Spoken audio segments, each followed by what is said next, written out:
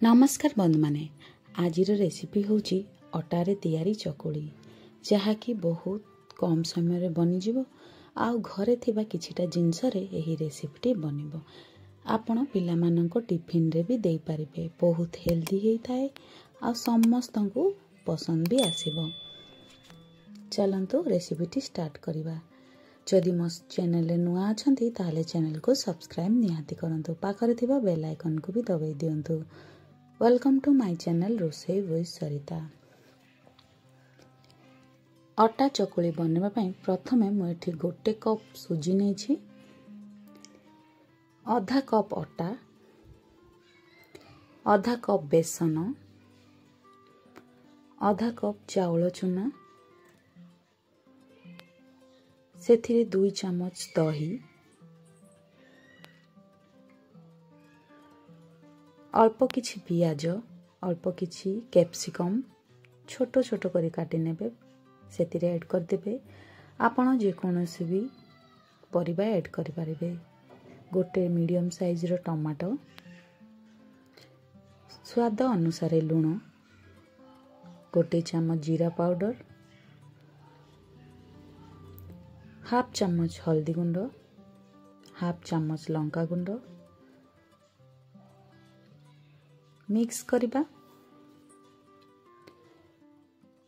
Mix हैला पर सेथिरे हमें अल्प अल्प पानी दे याकू बैटर को मिसई नेबा। बैटर को बेसी पतला किमा बेसी गाढ़ा रखिबेनी। देखंतु मैं एठी देखै नउछि, मैं एठी अल्प पतला रखिछि। प्रथम यहाँ को कभर करके रखिदेबा जहाँ द्वारा सुजीटी भल से फुली जीवो।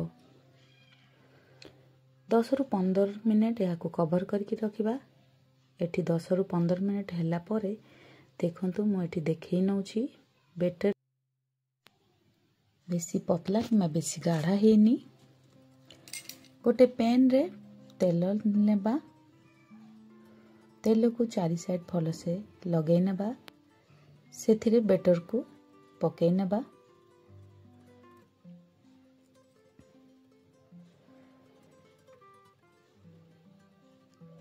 लो गैस रे को कभर करिकी गोटे रु 2 मिनट छाड़ी देबा। गोटे रु 2 मिनट हैला परे ओलोटाई नेबा। दुई साइड को भल से सेकी नेबा।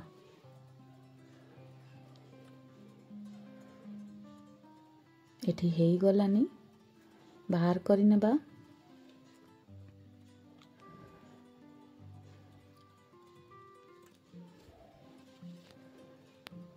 पुणी सेम प्रोसेस रे हमें सबु चकुली को बनै नेबा।